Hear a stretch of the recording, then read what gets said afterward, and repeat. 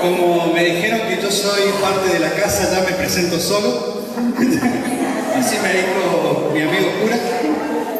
Así que, bueno, esas tres preciosuras son mis hijos, pero como le decía acá al amigo, creo que a veces nosotros queremos que... Yo me muevo para todos lados, ¿no? Queremos que nuestros hijos no crezcan, ¿no? O sea, ya eso hace bastantes años y la más grande tiene, Sofía tiene 18, 16 y 14, así que las fotos no dan cuenta de la actualidad. Cuando demostrar cuántos años tenía vos, eso. Y esa es cuando yo supuestamente ya era viejo. Porque algunos de mis amigos dicen que yo ya de chiquito era viejo. Gente mala, ¿no? De todo ahí, la vida. En el ámbito mío, bueno, una de las cosas que hago como profesión, soy psicólogo, digamos, de profesión. Mejor dicho, trabajo como psicólogo porque soy Ilse Darío de Jesús, ¿no? Tiene que ver con, esta jodita tiene que ver un poco con el tema que vamos también a trabajar sobre el tema de la sexualidad, ¿no? Y en esto del orden del ser, también en la extensión que tenemos en esta vida, digamos, ustedes vieron el amor ágape, el amor eros, ¿no? Planteó, bueno, en base a esos amores, o sea, tengo, bueno, mis tres grandes amores, digamos, que son mis tres hijos, así que, bueno, quería, más allá de que no estén físicamente acá conmigo, tenerlos presentes, digamos. En mi ámbito, tengo amigos que son psicólogos, normalmente cuando hacemos intervenciones, y como yo no soy tu terapeuta, y te mandan el pizcachazo, ¿viste? O sea, así que esto de que la foto, yo estoy igual, yo me veo igual, o sea. Bueno, me dijeron que hicieron un recorrido interesante,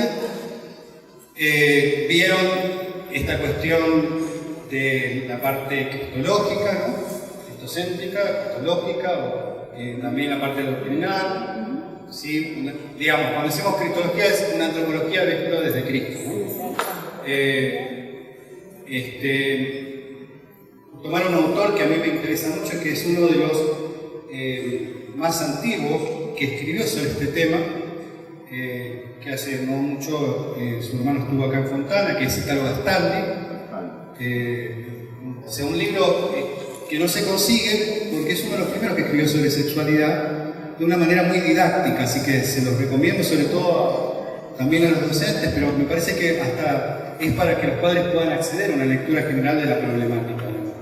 El libro que se consigue, que es más un libro teologal, es El hombre un misterio, en donde en un capítulo está este tema, ¿no? Yo un poco quería problematizar con ustedes, porque no es que vengo a dar una receta o plantear una solución, sino un poco la reflexión sobre este tema.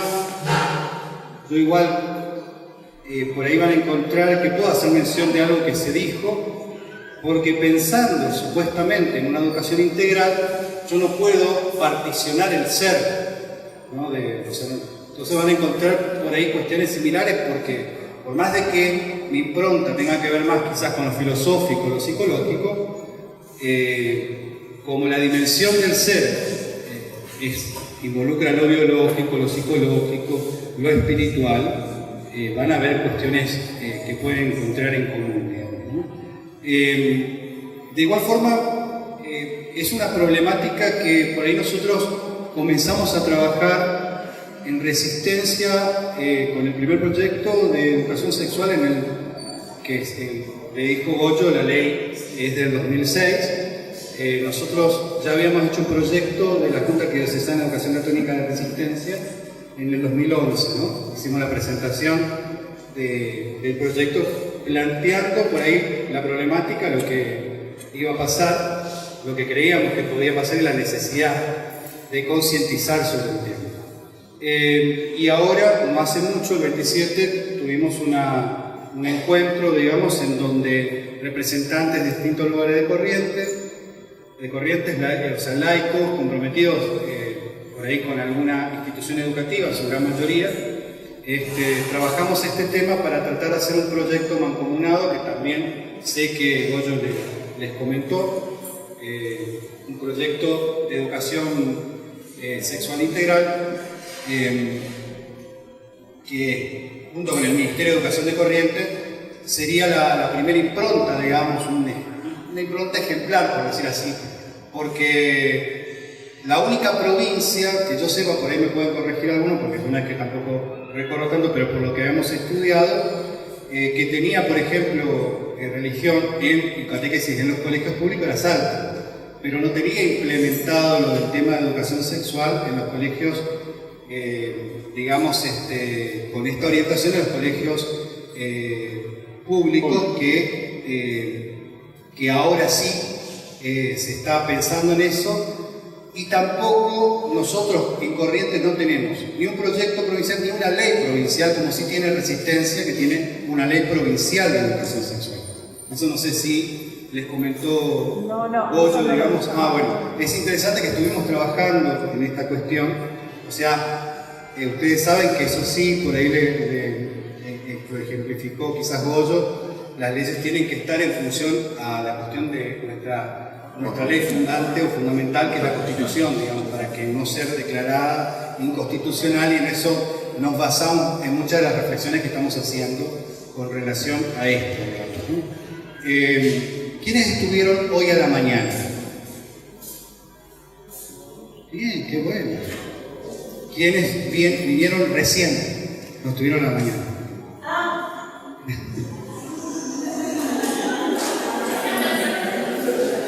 ¿Quién se quiere ir a dormir la siesta? Bueno, vamos a tratar de ir haciéndolo bastante... Me van a ayudar ustedes a un poco hacerlo dinámico, ¿no? Bueno, esto era un poco más que todo para presentarme. Hay un jueguito que nosotros hicimos en el proyecto que presentamos en Resistencia, que acá no lo pudimos hacer porque no nos dejaron. Nosotros en realidad el proyecto de educación del Chaco, el que se hizo con los 12 colegios confesionales, le pusimos educación integral de la sexualidad. No sé si vieron, es diferente, ¿no? En los que jugamos en ajedrez le podemos decir, hicimos un enroque. ¿Sí? Hicimos una jugada de pizarrona. Para nosotros no es lo mismo pensar ese orden de educación integral y de sexualidad, y de ahí en más comenzamos a pensar algunas cuestioncitas, digamos, ¿no? Los que están en educación saben que estamos harto cansados de recibir por ahí la palabra sujeto educativo, sujeto. Entonces es lo que tratamos de hacer, que es lo mismo que en cierta medida fue haciendo paulatinamente las personas que están pensando todo esto desde otro lugar, con otras intenciones, es ir viendo cuestiones de cambios pequeños y modulares, pero que hacen a la interpretación. En filosofía había un señor que se llamaba Don Spot, alguno capaz lo habrá escuchado, le decían el sutil, porque él lo que hacía era algunas pequeñas modificaciones, y ustedes saben que si uno hace una modificación a veces de una coma, un punto o algo, cambia el sentido total, ¿no? Eso que por ahí nos hicieron a nosotros, y en muchos casos corrió y nosotros no nos percatamos, era un poco lo que también nosotros comenzamos a ver. No le cuenten a la gente que es lo que nosotros tratamos de ir haciendo. Por ejemplo, esas sutilezas de esto, de cambiar el orden, o por ejemplo, en vez de hablar de sujeto, hablar de persona. Cosa muy importante que vamos a ver, porque tiene que ver con esta idea de que sujeto es una idea de la modernidad, ¿no? Hay algunos autores, como uno de los que toman esta corriente, digamos, ideológica, que es Michel Foucault, dice que el sujeto es una idea de la modernidad, ¿no? Con nuestro amigo René Descartes. Por eso se habla del famoso pienso lo existo, ¿no? Que lleva también a por qué paulatinamente en el nivel histórico se ve esta preeminencia de lo individual, del individualismo, ¿no? Porque el problema que tenía nuestro amigo Descartes en esta idea del sujeto era que podía dar cuenta solamente de él. Yo pienso lo existo, el otro no sé, capaz, ¿tú qué piensas? Pero yo no puedo pensar por el otro, porque hasta ahora, más allá de las películas, uno no puede meterse en la cabeza del otro, con lo cual, digamos, de lo único que puede dar cuenta con esta cuestión es de él, del sujeto individual. O sea que no es casual que el individualismo tenga mucho que ver, digamos, con toda esta etapa y que por ahí vemos que también en muchos casos ya se transforma en algo más de egolatría, digamos, ¿no? O el famoso juego que a veces, lamentablemente, comenzamos a jugar de chico, pero se sigue jugando de adulto, que es el yo-yo. ¿No? Yo quiero, yo, mío. Entonces, eso que apareció en un plano histórico, también apareció en un plano personal, y por eso después hay muchos filósofos y sociólogos que nos hicieron reflexionar, ¿no?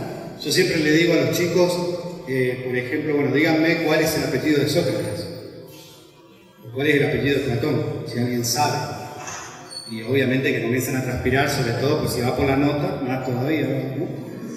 Y claro, ninguno de nosotros sabemos, los que estudiamos filosofía, cuál es el apellido de Sócrates, porque Sócrates era de Atenas, ¿no? Había una relación entre los clásicos de un valor preponderante por lo comunitario, que obviamente después con la modernidad se perdió esta cuestión.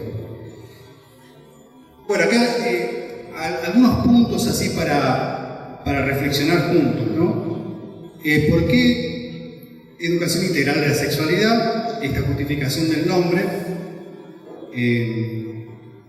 como parte, digamos, de que la sexualidad, la posibilidad de lo integral está en la posibilidad del concepto de persona, no propiamente solo en el concepto de sexualidad. Es más, no podemos hablar de sexualidad en los animales. Hablamos de sexualidad en un sentido propio de la persona. Por eso, anteponer o poner en el centro lo integral entre educación y sexualidad nos pareció importantísimo, digamos, ¿no? Entonces, reivindicar esta cuestión de persona, educación integral, antropología, esto es lo que por ahí vieron a la mañana, personalista y cristológica, tiene que ver con esto que nosotros siempre decimos, a diferencia de otras religiones, nosotros no nos relacionamos con una ideología o con una teoría. Nuestra religión es un religar, una relación con una persona, un encuentro personal, ¿sabes?, con Cristo. Cristo como persona. Nosotros no seguimos una bandera, no seguimos una ideología, no seguimos, digamos, una teoría, seguimos una persona. Entonces, por eso es tan importante el incorporar como antesala para que después podamos acompañar a nuestros hijos y a nuestros aprendientes en esta cuestión de la educación integral, el incorporar la palabra persona. A mí me encantó esta frase que me compartió un amigo, dice, desde que Dios se hizo hombre, todo en él, todo en el hombre habla de Dios. ¿No? Me pareció una frase para también pensar en esta cuestión del análisis antropológico. Antropología, ustedes saben, logía es estudio tratado siempre, antropo es hombre, es lo que se habla sobre el hombre. Siempre pensar en esta cuestión de que no es hablar solamente desde una ciencia o desde una disciplina. No alcanza una disciplina para hablar del hombre, ¿sí? Entonces esto es importante, por eso se habla, nosotros hablamos de especificidad, no de especialidad. O sea, si entendemos el valor de la palabra persona y el valor de lo integral, no hay un especialista de lo integral. Lo que nosotros sí hacemos, sea psicólogo, sea médico, o en todo caso, entre comillas, debería ser, es respetar la expresión de la totalidad de ese ser que viene. Y como decíamos en otros encuentros, el proceso humano de esa persona. O sea, yo cuando me encuentro con alguien, en el lugar o en la dinámica que se presente, sea educador, aprendiente, él está en un momento de su proceso humano, yo estoy en un momento de mi proceso humano. Y esto, anótenlo, es un punto importante para cuando hablemos de la educación sexual en los niños. Yo no puedo desconocer la especificidad, la particularidad, lo propio de esa persona en este momento, ¿no? Por eso, y en esto siempre soy a veces reiterativo, digo, a veces, ante una situación de abuso de un niño, cuando yo, adulto, que ya estoy en una etapa genital, ¿sí? Porque la genitalidad como etapa es un momento en la evolución del desarrollo de la persona. El niño, si yo lo abordo desde mi proceso humano, desde mi momento, y le hago preguntas como adulto de lo que yo creo que pasa, puedo ser yo otro abusador más. Fíjense lo jodido que es. Porque por ahí el niño jugó un juego que no tenía que jugar. Porque para su etapa, para su momento del proceso humano, hay cuestiones del orden de la genitalidad que no forman parte de ese momento de reconocimiento para él. O sea que si yo vengo y le hablo, por ejemplo, de algunas cuestiones preguntándole por lo que a mí me preocupa, en vez de hacerle un bien, yo puedo generar un trauma. Por eso, esta idea de ser respetuoso, no solamente del concepto de persona, sino del concepto de proceso humano. ¿Qué es lo esperable para cada edad? Entonces, eso, uno puede ser, por ejemplo, en la medicina pediatra, que en la cuestión, o por ejemplo, un estimulador temprano, que en lo que hace su profesión tiene un ejercicio legal directo con una determinada edad. Y si sale de esa edad, el tema de, por ejemplo, el estimulador temprano, se dice, no, pero yo con lo que sé puedo abordar esta situación, está haciendo un ejercicio ilegal. O en el código deontológico está en una falta ética. ¿Está? Esto es por la parte legal, pero lo que hace, que es la falta más psicoafectiva emocional, sería el irrumpir en la vida del niño sin reconocer en qué momento está. Nos pasa, digamos, ¿no? Esto que yo siempre por ahí cuento como anécdota, en Barranqueras, en un jardín, vino un chico de intercambio, y entonces, porque por ahí le me echo con anécdotas, pero para que vean cómo uno puede mandarse grandes macanas. Las buenas intenciones a veces pueden generar grandes macanas. Viene una madre a quejarse a la directora porque en realidad su hijo estaba a coger de acá, coger de allá, coger. Entonces dice, ¿qué es lo que le están dando a mi hijo en el jardín? Que mi hijo me pregunta por el coger. Para más no, vieron cómo es que a veces algunas cosas no queremos hablar, supuestamente. Porque en realidad hay algunas cosas que no están presentes en el niño. El asco no está presente en el niño de temprana edad. Eso es algo cultural. ¿Sí? Porque ustedes ven que el niño por ahí viene con la caca y dice, mamá, caca. ¿Sí? Porque para él es un regalo la caca. Para vos es todo de caca. ¿Verdad? Entonces, eso también nosotros tenemos que identificar en qué momento el niño está. Y claro, el tema es que la madre, por no preguntarle al niño, porque no le preguntó al niño, se sonrojó, habló con el esposo, tenemos que ir a hablar con la directora, acá está pasando cosas raras, el nene de coger de acá, coger de allá, ¿sí? Claro, el tema es que había un chico galleguín, un español, que estaba de intercambio, ¿sí? Pero también nosotros, y esto es una cuestión de orden también pedagógico, ¿no? De lo que se llama aprendizaje significativo, nosotros vemos con qué material trae el niño, qué recorrido tiene el niño. Entonces, normalmente cuando el niño pregunta algo, ya hay una hipótesis, hay una teoría en el niño. ¿Y a vos qué te parece? No ir prontos a contestar. Y desde ahí se construye el abordaje, digamos, hacia la realidad del niño, no hacia mi realidad. Lo que pasa es que vivimos en un mundo tan acelerado que no hacemos la pausa. Entonces ya respondemos, que en realidad, como diría nuestro amigo Osvaldo, no sería una respuesta, sino una reacción. ¿Sí? Necesitamos ese periodo intermedio para por ahí tener este principio de sabiduría, ¿no?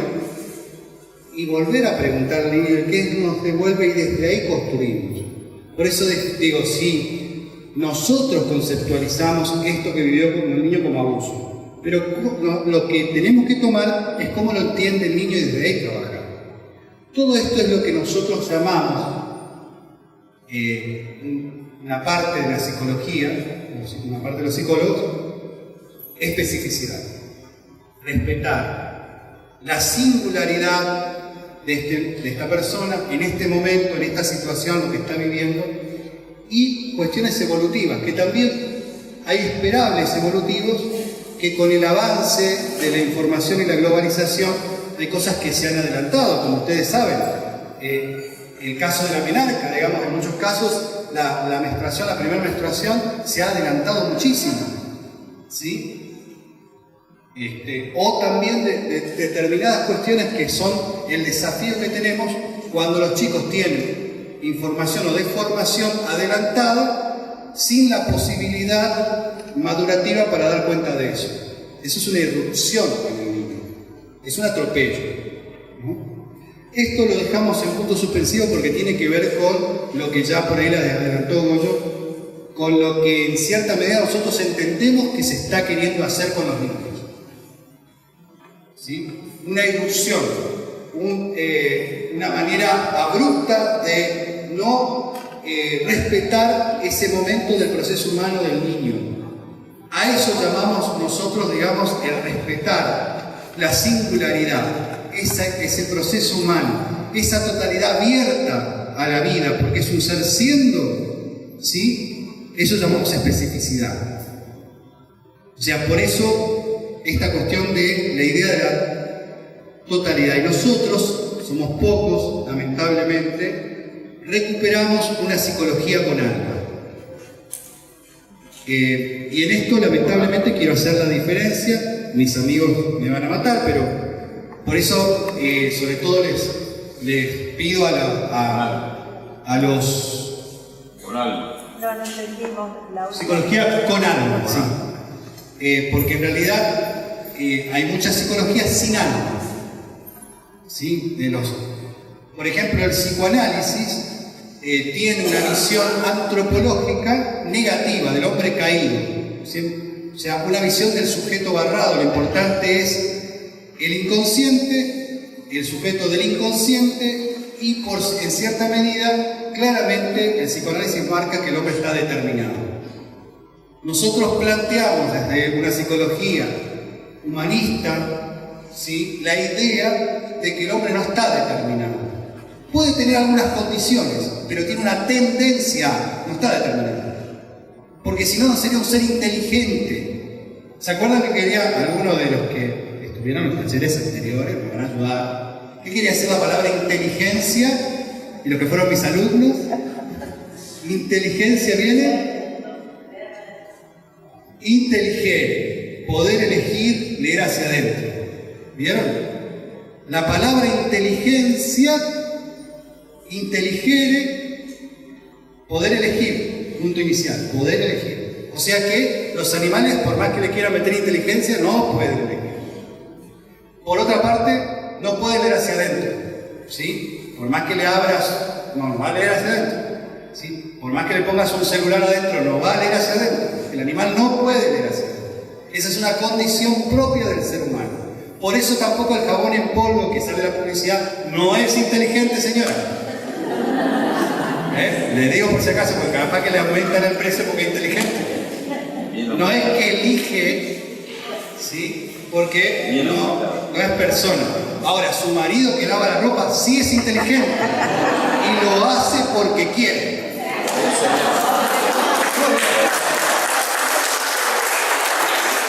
Estoy viendo que somos buenos muchachos, así que hay que aliarse, porque si no... Así querida. Muy bien, muy bien. Está entrenado, veo que está entrenado. 44 años entrenado. Y lo tiene bien cerca, ¿eh? Sí, bien, sí. Cerquita, por si acaso no. Bueno. Federal. Entonces, decíamos en esta nota, nosotros en esta cuestión de astucia, en el proyecto no hablamos de Juan Pablo II, hablamos de Karol Wojtyla. Total, hay algunos que ni saben quién es Karol Wojtyla. En este proyecto del 27, digamos, constantemente hablaba de algunas personas y hablé del aporte del filósofo Karol Wojtyla, ¿sí? Que justamente tiene la cuestión de filosofía. Yo sé que después se van a enterar y estamos en el horno, pero bueno. Pero en esta cuestión de una educación personalizante y personalizadora en función de una idea de no tanto de hablar del sujeto, sino más bien hablar de la persona. A mí me encanta una frase que es de Gabriel Marcel, cuando definimos esta totalidad, capaz que ya la dieron hoy a la mañana, que es espíritu encarnado, cuerpo espiritualizado. ¿Sí? ¿No llegaron a dar? Bueno, a mí me encanta porque sí les digo que también nosotros tenemos que, en nuestros escritos, de material del episcopado que salió también, que decía sobre educación para el amor, y lamentablemente tienen un yerro, que yo creo que uno se lo va a pasar en tipiada. Decía cuerpo y alma. ¿Sí? No, nosotros no somos cuerpo y alma. Somos espíritu encarnado. Somos esa totalidad, porque si decimos sí, ya estamos planteando el dualismo de nuestro amigo Platón, ¿no? Y nosotros estamos en un avance de pensar en una totalidad dinámica. Por eso hablamos, como dice nuestro amigo Marcel, Gabriel Marcel no es el mismo, le aviso por si acaso, me vi con una profesora en la facultad. Pensaba que era Gabriel, en vez de Gabriel Marcel Marzón. Pero bueno, espíritu encarnado, cuerpo espiritualizado, ¿sí? Después volvemos a esa cuestión de la proximidad, la intimidad, ¿sí? Acá, digamos, en educación vamos a problematizar juntos para poder diferenciar lo que entendemos nosotros como educación de adoctrinamiento, adiestramiento, ¿sí? Porque si no se respeta el proceso humano, esto que les decía antes, y a temprana edad se nos incorporan conceptos que no son propios para la edad, estamos haciendo más un adiestramiento. Que lamentablemente, haciendo un juego de palabras, es más viento que otra cosa. ¿Sí? Cuando hacemos esta erupción en donde no participa el aprendiente. A mí no me gusta la palabra alumno, ya los que me conocen ya saben. Yo tomé esto de, sobre todo, un pedagogo brasileño que se llama Freire, que no pudo ingresar a la Argentina por mucho tiempo, ni él ni el material, obviamente, menos él.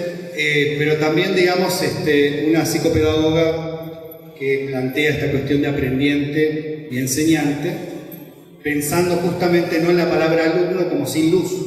Alumen es sin luz. Entonces, a mí me gusta más esta palabra aprendiente y enseñante como para pensar la dinámica de la construcción del conocimiento de a dos. No tanto el te paso desde mi disco duro a tu disco duro, ¿no? Como sería pasar, trasladar una información y que el chico repita, ¿no? Sino que en realidad se produzca algo, una novedad, que ustedes me dirán, pero ¿cómo va a ser para el enseñante una novedad? Porque si volvemos al punto anterior, perdonen la insistencia, de la especificidad, ese momento es un momento único. Ese momento de encuentro no se vuelve a repetir, por más que sea el mismo tema que estoy trabajando. Porque lo que se produce ahí me enriquece a mí, docente, y lo enriquece a él, aprendiendo. Y es fruto del encuentro.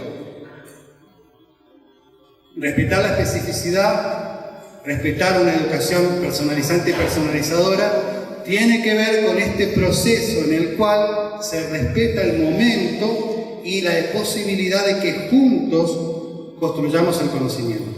Obviamente que el adulto, que tiene una implicancia mayor en su quehacer ético, ¿sí? Tiene que ser el que cuide al otro, sobre todo porque tiene conciencia del cuidado que el niño todavía no tiene, que va a ir aprendiendo. O sea que al adulto le corresponde esta misión y por eso el adulto se forma. Y por eso el adulto, como educador, tiene la conciencia de que lo que me sirvió ayer, capaz que hoy ya no me sirva, que necesita cosas nuevas. Por eso el que elige ser educador tiene que saber que todos los días tiene que leer algo. Lo peor que nos pasa en la Argentina y sobre todo en los colegios confesionales es que tenemos pocos lectores como educadores. Y hago media culpa como parte de la educación argentina y como parte de la Iglesia Católica. Un signo es que cuánto tardó en llegar una librería católica a Bellavista, y cuando uno va a las librerías del centro de Corrientes, normalmente tienen libros con muchos dibujitos. Y yo pregunto, ¿será para los niños? No, es para todos. Porque vemos la dificultad, vemos que es difícil y ya dejamos el libro. ¿Sí? ¿Y qué le estamos diciendo a nuestros hijos y qué le estamos diciendo a nuestros aprendientes cuando dejamos la dificultad para después? Ese es el gran problema y por eso somos propicios de dominación. Porque les aseguro que la gente que está en el tema de ideología de género tiene un recorrido filosófico y antropológico mayor que nosotros. ¿Pero por qué? Porque nos dejamos estar. La fe, sin una razón para la fe, fue de idiotas, de ovejas. Y la cristología nos marca que el pensamiento de Cristo no es que seamos idiotas útiles, que para más somos útiles para otros, sino que tengamos conciencia de nuestra elección porque somos seres inteligentes. ¿Inteligencia qué quería decir? Poder elegir y ir hacia adentro.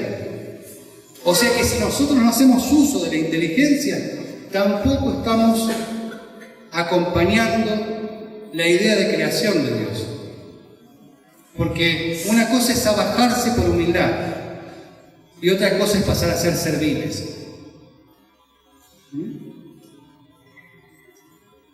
Me pongo un poco de pasión. Voy a bajar un poquito. Me salió lindo, Catú.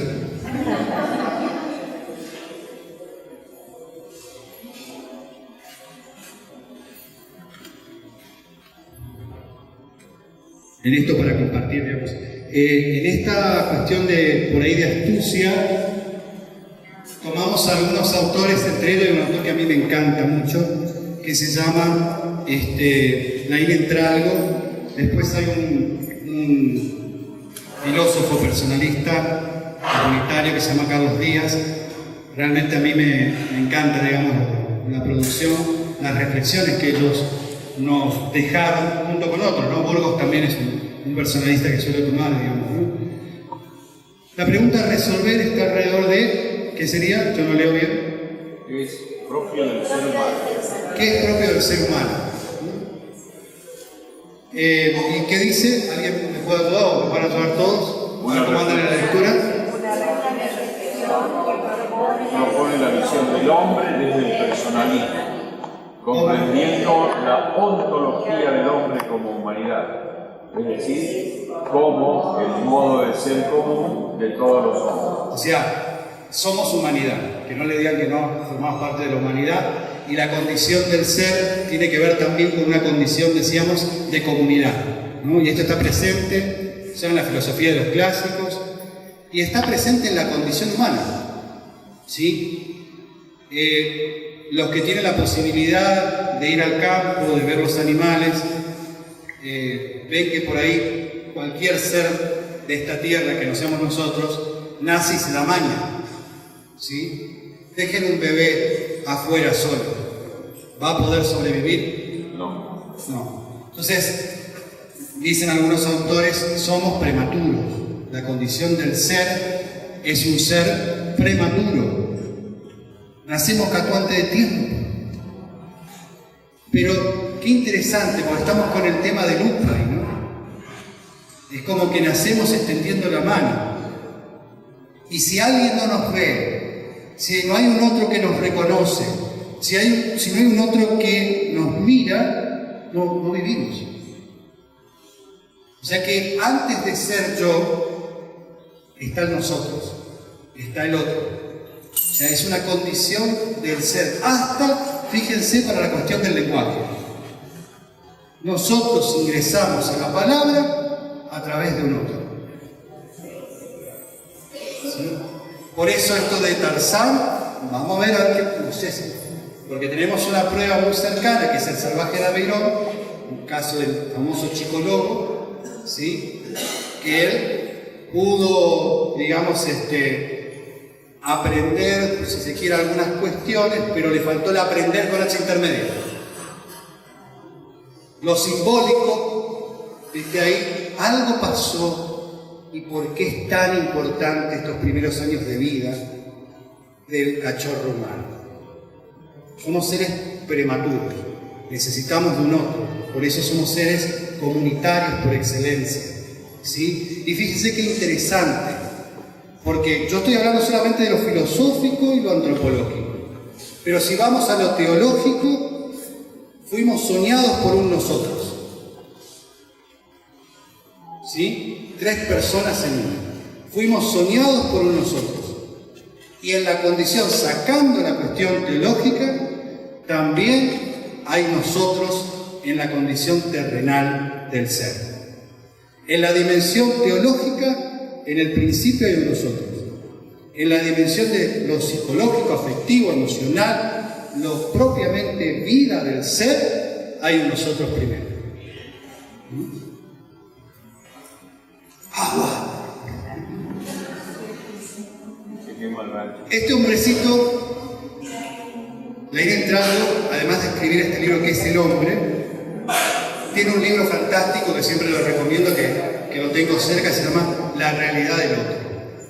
Es fantástico porque tiene una lectura, en relación a esto que les decía, del otro, desde los clásicos hasta los modernos, ¿no? Entonces, una frasecita interesante, no es que sea que le esté por vender nada, ¿no? Pero él dice la empresa de ser. ¿Vieron? En el libro que es El Hombre, ya está fallecido, Leí Entralgo, español, dice la empresa de ser. ¿No? Como en esto de, por ahí jugábamos cuando era más chico, me acuerdo, yo le preguntaba a un amigo sacerdote, ¿cuánto hizo Dios por nosotros? 100%. Por ahí até que cuando éramos adolescentes allá, no hace mucho, no hace mucho, Aldo Pérez nos decía, el 100% hizo Dios, ahora falta tu 100%. Esa es la empresa del ser, nosotros tenemos que dar nuestro 100%. Y volviendo otra vez al tema de la especificidad, en esto que plantean mucho los humanistas de la realización y la autorrealización, es tratar de hacer la mejor versión de nosotros mismos. La mejor versión de nosotros mismos. No se trata de ser como, ¿sí? Eso lo trabajamos en terapia, ¿no? Ya la matriz que nos instaló nuestros padres, la demanda de nuestros padres, vos tenés que ser abogado, vos tenés que ser así, así. Eso ya lo trabajamos. No es ser como quieren que seamos, sino buscar en nosotros esta cuestión de desarrollar nuestro ser al punto de ser la mejor versión de nosotros mismos, porque somos únicos e irrepetibles. Se rompió el molde con nosotros. ¿Sí? Algunos ya venían con el molde medio, pero bueno.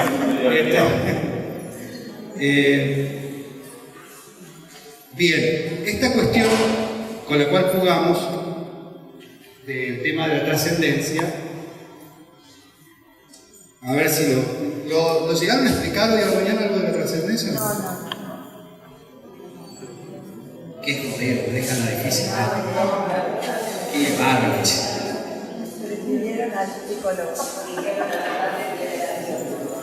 Es un punto por ahí que uno dice, ¿qué puede tener que decir la psicología sobre esta cuestión de la trascendencia, ¿no? La psicología humanista plantea esta cuestión que decíamos de inteligencia, la cuestión de la libertad.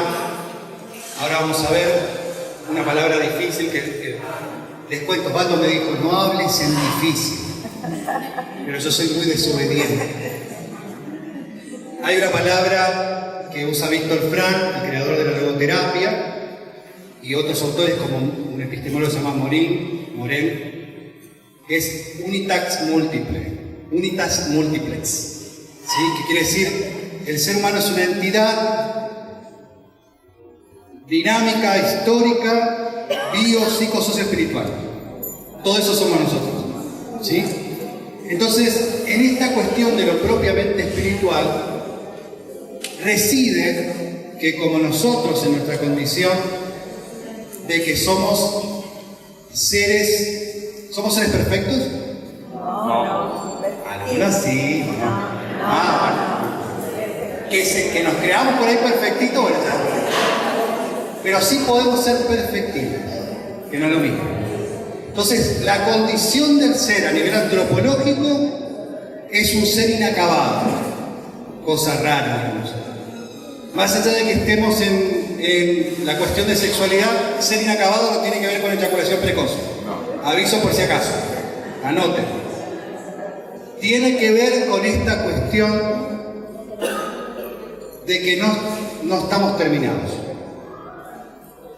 Y tenemos esta cuestión que el ser humano, en su interioridad, puede imaginarse y verse hacia adelante.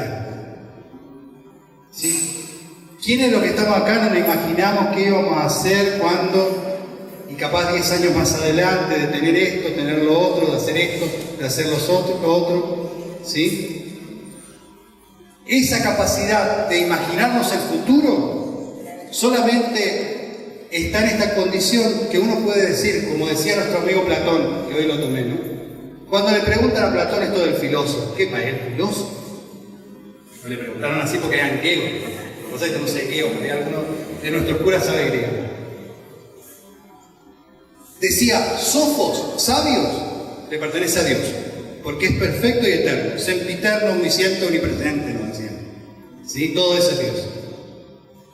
Como somos seres finitos, que les comento que se nos acaba la mecha en algún momento, y que tenemos un tiempo de duración. Nosotros ya venimos con una etiqueta acá que dice hasta, ¿sí? Le tapamos, por ahí le pegamos algunos arreglitos, ¿vieron? Le pintarrajeamos un poquito, pero tenemos fecha de vencimiento, muchachos. ¿Sí? Hasta, ¿sí?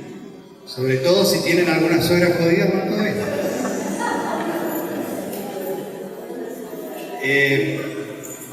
Esa posibilidad de ser seres finitos, decía Platón, nos permite ser amantes de la sabiduría, porque podemos desear lo que no tenemos. Y eso nos mueve a buscar eso, ¿sí? Entonces, inmanencia sería si permanecemos en nosotros. El ser humano tiene interioridad, pero puede ir hacia afuera también. Y entonces puede soñar, no solamente dormido, sino despierto. Puede imaginarse hacia adelante. Entonces, eso es trascender, ir más allá de uno mismo. Puede instalarse en un otro cuando se enamora. Puede instalarse en un proyecto cuando se enamora de un proyecto. Porque somos proyectos. Proyectar quiere decir arrojar algo hacia adelante. Nosotros somos eyectados hacia adelante. Podemos soñar con el futuro. Por eso a los educadores les suelo decir, cuando tenemos esos chicos, que nos duele que los padres le estén diciendo siempre que no pueden. O a nosotros, a algunos de nosotros que nos pasó, esto no es para vos. No, eso es mucho para vos. Eso no te da. Lamentablemente a veces tenemos docentes que dicen, no, esto no. Este pobrecito angá. Y esa es la misión que tenemos como catequistas, como acompañantes, como docentes. Podemos prestarle un sueño a ese niño.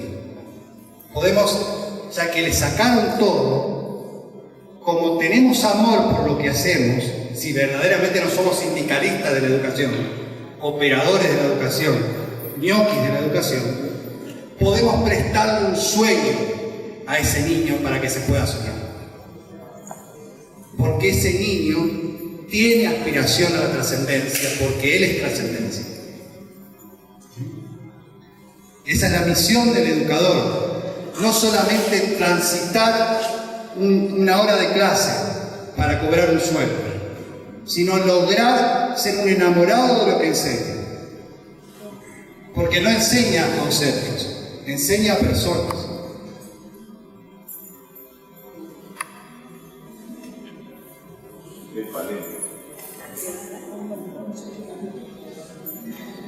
A mí me encanta esta parte, por ahí, que está presente en esto que decía, la cuestión de lo simbólico, la cuestión del arte. Me acuerdo de una parte por ahí, algunos si vio una película, yo trabajo mucho con las películas, los que me conocen saben, el día antes de mañana, creo que se llama la película, ¿sí? El día después de mañana, como antes, ¿va? Estamos hablando del después, yo le digo antes. Fallido terrible. El día después de mañana hay un momento en que los muchachos están por congelar. Están todos en una biblioteca importante de Estados Unidos, ¿sí? Y hay un señor que es agnóstico, que no cree en nada, que está prendido de una Biblia, un pedazo de Biblia así.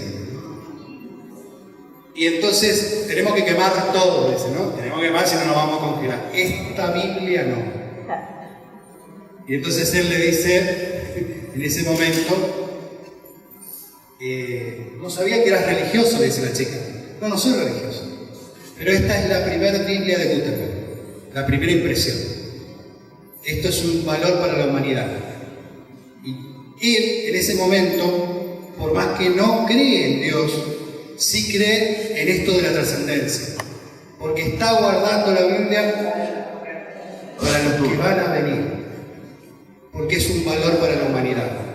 Nosotros sí tenemos experiencia en los campos de concentración de cristianos que han sabido dar su vida por un desconocido. Algunos dicen en el periodo de locura que pudo haber hecho, Maximiliano Kolbe. Entonces, ¿pero por qué? Porque creemos, hasta en los clásicos, Sócrates bebe la cicuta porque le gustaba cómo iba a quedar. No, porque él pensaba que había un más allá. Y eso está, sin hablar de religión y de teología, está en el principio de lo propiamente humano, más allá.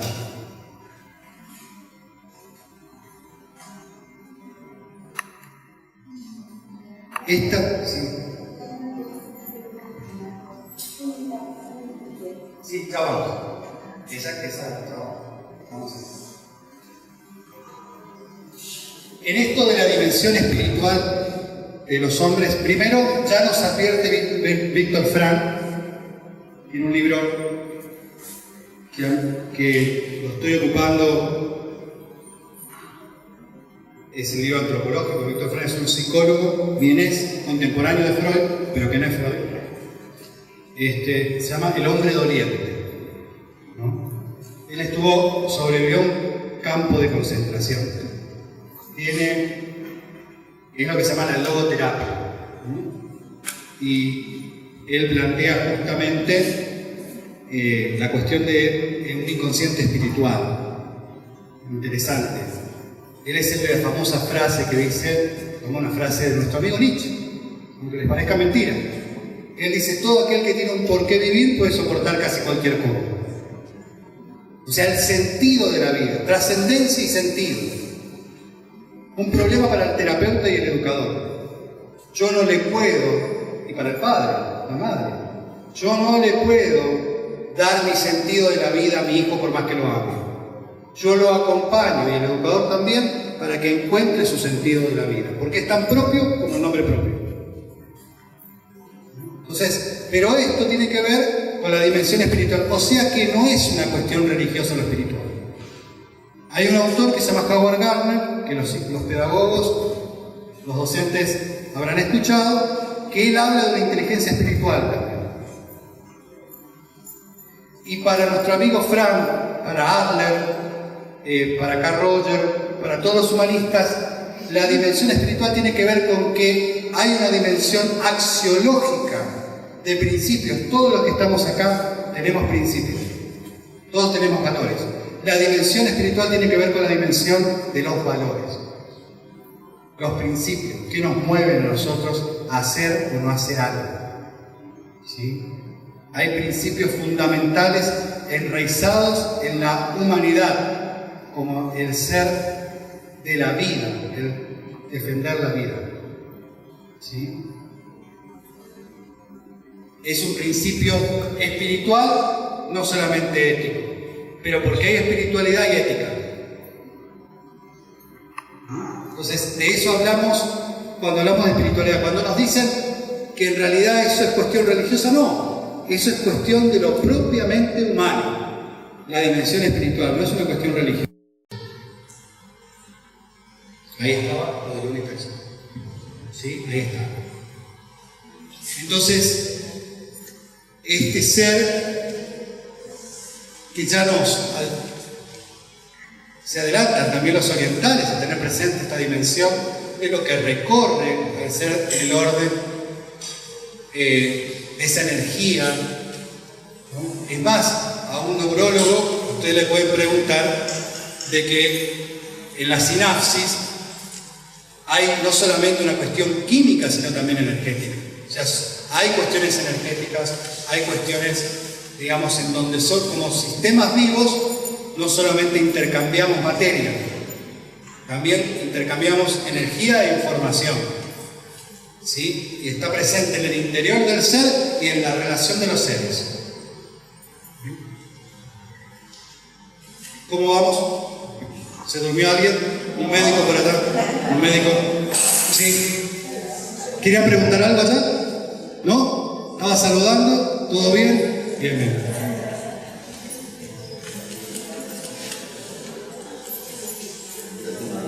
A todo esto le quería decir que todo esto no está en los libros que se están vendiendo. Lamento decirlo. Hasta que con Jorge, Goyo y demás comencemos a escribir los libros, ahí recién.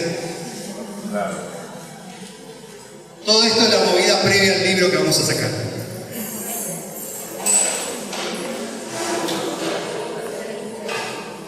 A ver qué les parece esto. La idea de integral nos lleva a pensar y escribir de manera integral. ¿Qué pasa? Cuando la razón se hace letra, tratando de evitar la parcialidad, discutiendo interiormente y con el nosotros, la elección más acertada, aquella versión que nos acerque a la orilla del mejor significado, aspirar a un argumento que no disocie y desgarre todas las facetas de la vida: salud, amistad, relaciones, educación, ética, filosofía, vida cotidiana, etc. El pluriversus en el unitax múltiple debe ser propuesto como proyecto desde una epistemología compleja. Bueno, eso le agregué en el proyecto de fundamentos que supuestamente veremos si forma parte del proyecto de la provincia. Un poco poético también, pero nosotros no hablamos de manera parcial cuando hablamos, porque si no, no se entiende. Menos tendríamos que hacerlo cuando hablamos del ser. Por eso no podemos hablar de sexualidad solamente hablando de genitalidad.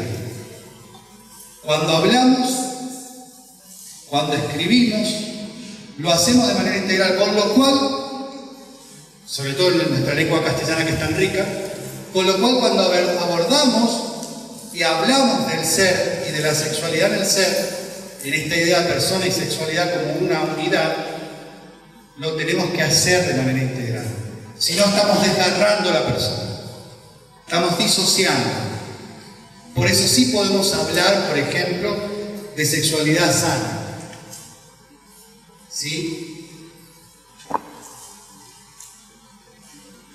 Bueno, esto como para repasar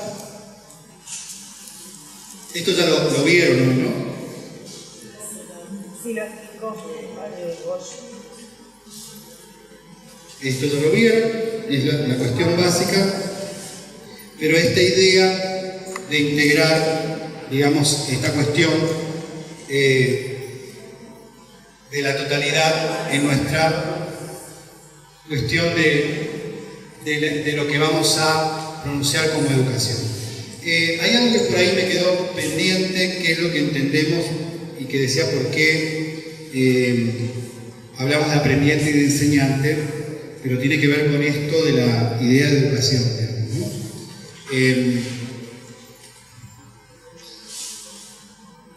Emmanuel Mounier, que es el padre del personalismo, ¿sí?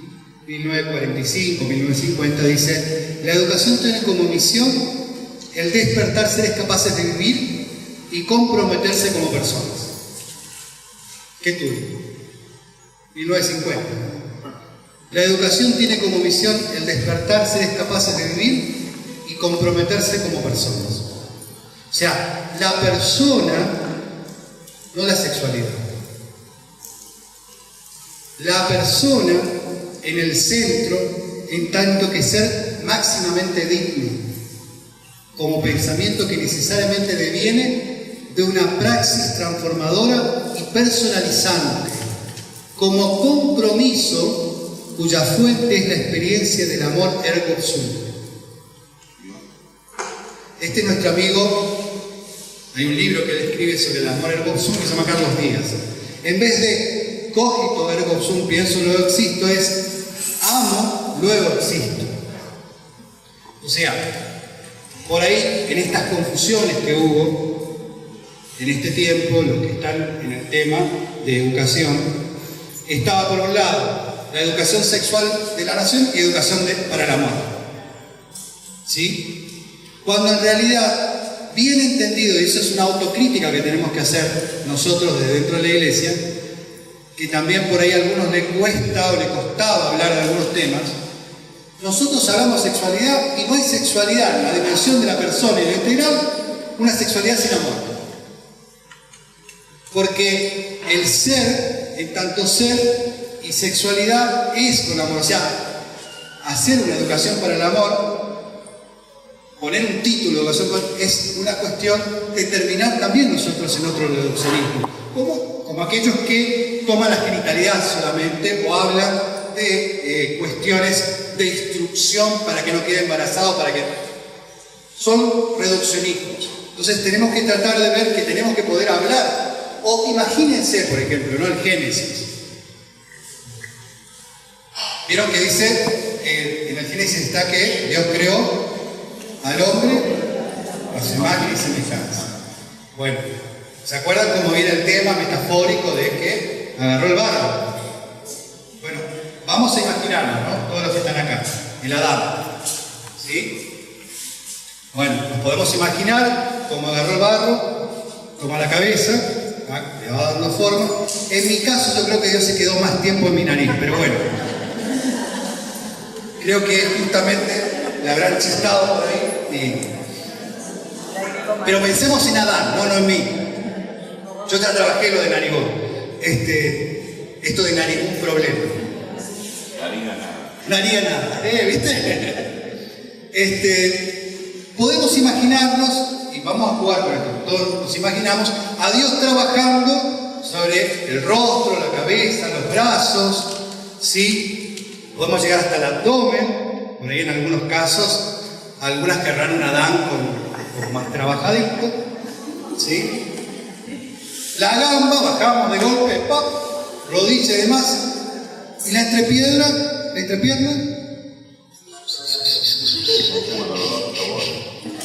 Entonces, dada por ahí nuestra cultura, como de eso no se habla, capaz que uno puede imaginar ese Dios, ay, esto que me sobró. Y entonces eso, y donde cae, ¿no? Yo no creo que haya sido así, pero mucho tiempo nosotros parecía que si decíamos pene, vagina, clítoris era mala palabra, ¿no? Entonces, yo me acuerdo que un amigo hace unos cuantos años, que lamentablemente ya no los tenemos en esta tierra, pero debe estar en otro lugar, digamos, seguro conmigo. Hicimos un juego, eran 500 docentes de Formosa, 2011. Entonces, supuestamente trajimos 2 pizarrones más. Todos tenían que decir cómo les llamaban cuando eran chicos a la vagina y al pene. Impresionante la cantidad de inventos creativos. La queca, el queque. Ahora llegamos a hacer, porque capaz que terminamos llevando de cada uno 2 pizarrones más. Nos cansamos de... Y entonces en un momento determinado decimos, sí, ¿y por qué no le decimos pene y vagina nomás? ¿Cuál es el problema? ¿Sí? Que tiene que ver también con esto de que por ahí nos ha costado y que tenemos que pensar en cómo hablamos de algunos temas con naturalidad. El niño, y si ustedes ven la picardía, ¿por qué el niño sigue diciendo boludo después que le dijimos no? Porque alguien se rió. ¿Sí? ¿O por qué ve la picardía de que hay algo? Porque nosotros no lo vivimos con naturalidad. Y hay algunos temas que como nosotros no hemos aprendido a hablar de esos temas, nos cuesta hablar con nuestros hijos, chicos, y entonces eso favorece a que pase todo esto. También lo traemos. ¿Cómo? También lo traemos de nuestros abuelos. De nuestra historia, sí, anda a hablar con tu madre, y tu madre anda a hablar con el abuelo, y el abuelo con la abuela, y después ya se iban pasando la pelota a todo esto ya. Y hay algo que tenemos que entender. Por más que la sexualidad nos enseña en la casa o en el colegio, igual se aprende. O sea que tenemos que poder hablar de algunas cuestiones. Esto, en esta idea de concebir, digamos, esta cuestión del ser, digamos, como una cuestión dialógica también, pensar que en esta cuestión de aprendiente y enseñante, en esta cuestión de cómo vemos la educación, se da a nivel relacional, una condición propia del ser. Somos seres relacionales por excelencia. Entonces, hay algo que uno no puede pensar y que muchas veces, digo yo, es la gran crisis de las parejas adultas, porque en realidad se olvidaron de 2 cosas fundamentales que no tienen que estar solamente en el nivel inicial de la primaria, que después es todo un tema que podemos discutir, que es el jugando y la palabra. El gran problema de muchas de las parejas actuales es que se dejó de jugar, se dejó de fantasear, se dejó de hablar. Y entonces cuando solamente se actúa, ¿sabe qué? Como somos seres de palabra, somos seres lúdicos, llegado un momento nos aburrimos. Y hasta la relación, que era fantástica, pasa a ser rutinaria. Porque le falta esta cuestión que es la palabra y esta cuestión del jugar. La sexualidad, desde que se construye en adelante, en la interacción, tiene esta cuestión de la palabra y tiene esta cuestión del jugar. ¿Quién dijo que un adulto en el orden de la sexualidad no puede fantasear? ¿Cuál es el órgano sexual por excelencia? A ver, ¿el pene? ¿Sí? Saque. Atajate, Catú.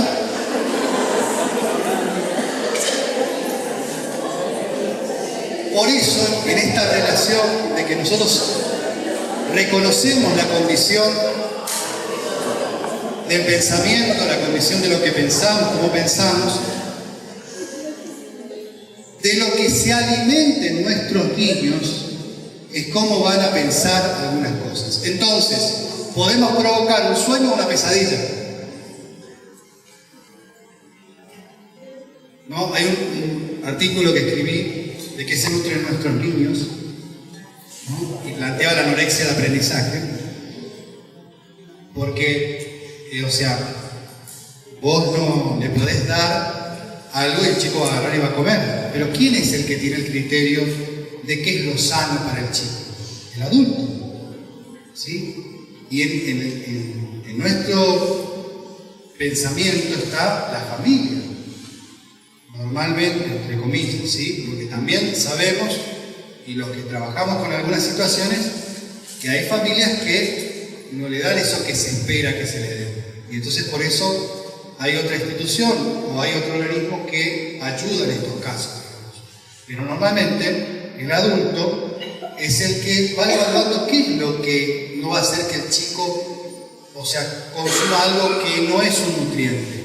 O le va a dar un churrasco a un bebé. No. Más allá que por ahí, viste, la doña que trabaja en tu casa dice, espérate el juguito nomás. Me ha pasado, de estar lidiando, después vos ves que estás comiendo y el bebé le activó algo que no estaba. ¿Quién le activó? Y vos mirás para todos lados y el abuelo se hace boludo. Porque a él le hicieron, ¿sí? Pero el que ve que, o sea, ahora, en su proceso humano, él tiene que recibir leche es el adulto. No le vas a dar un guiso procesado. ¿Sí? Un guiso de lenteja para más con un chorizo colorado, una patita de cerdo. Pero me lo puede traer a mí. No, yo no me enojo. Yo sí lo puedo digerir. ¿Se entiende esta cuestión de pensar una educación personalizante y personalizadora en la cuestión de cada momento? ¿Sí? Por eso, y vamos al caracú de la cuestión como para después hacer un recreíto. Cuando uno piensa, si vos a temprana edad decidís que le vas a decir que todo vale a un niño y que en realidad, o sea, no importa que tenga un pene o una vagina, que él puede después ser Juanita, eso es una cuestión que tiene que ver con una ideología que se está imponiendo como adiestramiento a temprana edad. Con respecto a eso no estamos de acuerdo. ¿Sí? Sobre todo un grupo importante de psicólogos humanistas no están de acuerdo y hay estudios que demuestran que es una ilusión o decirle que se puede vestir como nena o como varón, no importa, digamos, que tenga pene de su sexo, que sea varón o mujer. Eso es una irrupción a temprana edad de algo que todavía no puede en realidad elegir. ¿Por qué yo voy a decirle que puede ser varón, mujer, baeña?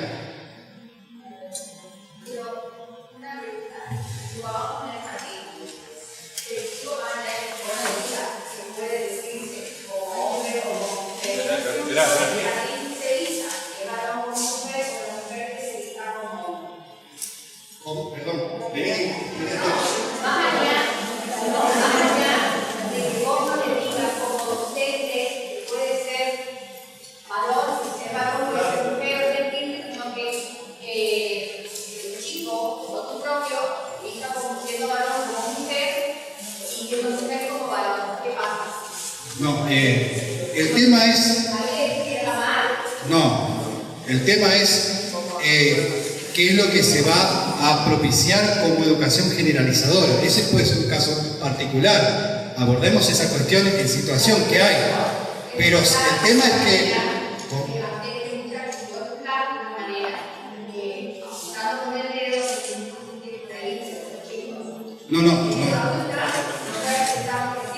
No es apuntar con el dedo. Estamos hablando de, al revés, que sería generalizar la cuestión de que todos se pueden vestir como nenes o nenes, como quieran, de temprana edad. Eso no es así. ¿Está? Y por otro lado, bien sabemos que nosotros lo que transmitimos es la cuestión de lo que vos, por ejemplo, encontrás a una persona dentro de 30 años, ¿sí? Viene un forense o un arqueólogo y encuentra, digamos, a dos personas ahí, ¿qué va a decir cuando lo encuentre? ¿Qué sexo tiene? El forense, el arqueólogo, ¿puede determinar el sexo? Sí. O sea, la cuestión de género no es la cuestión del sexo. Y lo que se quiere es decir que en vez de sexo hablar de género. Y no es lo mismo. Eso es lo que quiere hacerse a temprana edad en el nivel inicial en la primaria.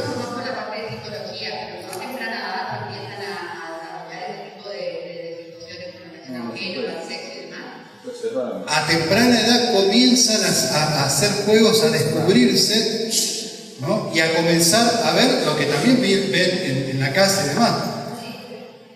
¿Está? Pero por eso digo que vos me decís que un chico venga en nivel inicial vestido de nena, que venga por motus propio. Sí, no, que esté jugando, que se juegan a la casita, que sé yo, y el varón ve jugar con cosas de mujeres, de varones que juegan con cosas de mujeres.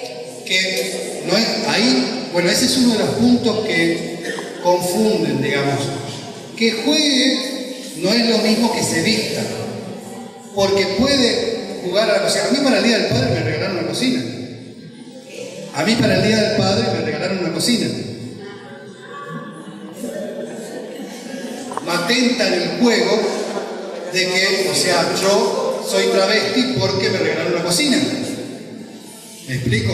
Entonces, el tema es cómo se quiere trasladar, y sobre todo cuando se quiere generalizar algo donde se saca la cuestión del sexo y donde está el sexo se quiere poner, o sea, esta cuestión de género.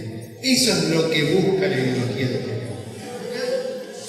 Mi pensamiento es que el acceso a la información de que esto existe, para mí sea de Canadá, de adultos, de grandes, esto existe, que los chicos saben, que aparte lo saben porque lo ven, desde el televisor y ven que eso existe. Es decir, que vos desde la educación, en la educación de ellos aprendan a que eso no es algo caído, esto existe, que puedan preguntar cuál es el ambiente de eso.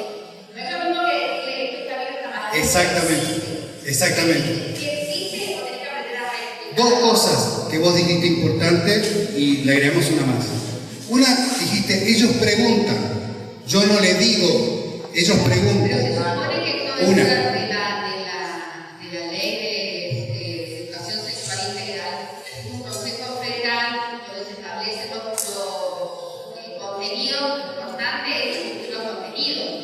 Como decir, perfecto, los contenidos se deben dar la capacidad de cada una de las personas para recibirlo, y obviamente, yo entiendo, hay un contenido básico que te tienen que enseñar que puede ser hasta biológico si quieres. Y que después, pues, si no te puedes prohibir o permitir es que vos, en una orientación católica, en una orientación de algún otro tipo, pueda incluir dentro de eso otro contenido que es religioso, moral, pero el acceso a la información biológica, yo no lo veo mal. Claro, a ver, vamos por partes. Primero, una cosa es la ley, que ya lo explicó, creo, Goyo. Permitime, o sea, lo habrá explicado hoy Goyo a la mañana. Una cosa es la ley y otra cosa es el material. En la ley que hoy por hoy todavía está vigente, en ningún momento se busca dar esto que están queriendo dar. Está la ley, y primero, en la ley vieja, la del 2006, está el lugar de la familia y la cuestión de la autonomía de cada institución, organización. Cosa que eso es lo que hoy explicó Goyo, que se quiere hablar. Está eso por un lado. Vos decías primero, quiero volver a lo anterior. Pregunta. ¿Cómo?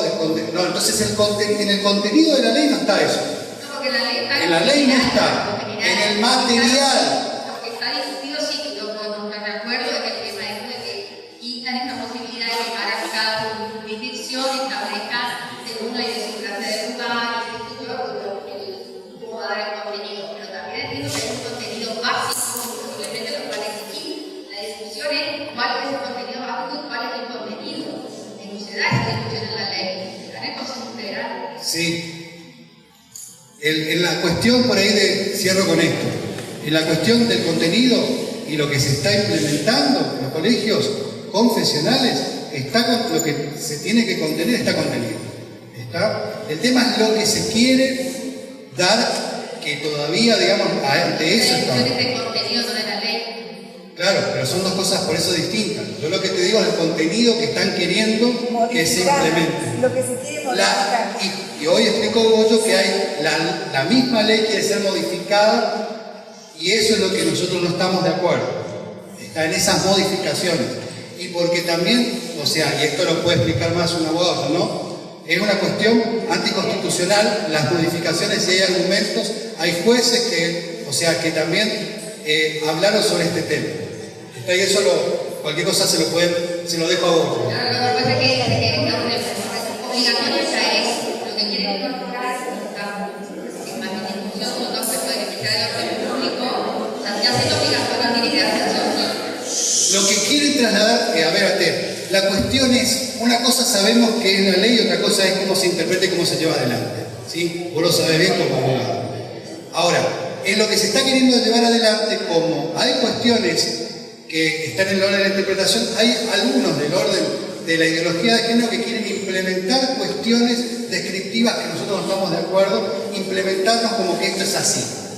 ¿Está? Y a temprana edad que no nos parece, digamos, porque sabemos lo que involucra psicológicamente para un niño el irrumpir, digamos, por eso hablamos todo esto del proceso humano y demás, de manera abrupta. ¿Está? Entonces desde ahí es como que estamos haciendo la reflexión y por eso hicimos todo este recorrido. Nosotros reconocemos esto. Por ejemplo, el hecho de pensar que solamente somos cultura y que solamente somos cultura y que la realidad se construye y que la sexualidad se construye solamente así de una, esa es una visión filosófica e ideológica. Pero mejor dicho, una ideología que se hace filosofía. ¿Está? Entonces, eso es lo que un poco tenemos que ver, lo que tratamos de ir haciendo nosotros, por lo menos, en generar una reflexión que en orden progresivo, progrediendo, nos lleva a ver cuál es la problemática. Hoy no la vamos a votar. Además, es algo que veníamos hablando con Jorge, lamentablemente prevención no estamos haciendo porque estamos llegando tarde. Porque esto tendríamos que haberlo hecho hace 10 años, 15 años. Ya prevención no estamos haciendo. Pero sí estamos haciendo una reflexión lo más aguda que se pueda hacer para ver las consecuencias de si no se respeta el valor de la vida y el proceso humano. ¿Está? Y sobre todo en la misión del educador está esta cuestión de que también educa personas, no máquinas, no objetos. ¿Está? Bueno, hacemos un cortecito.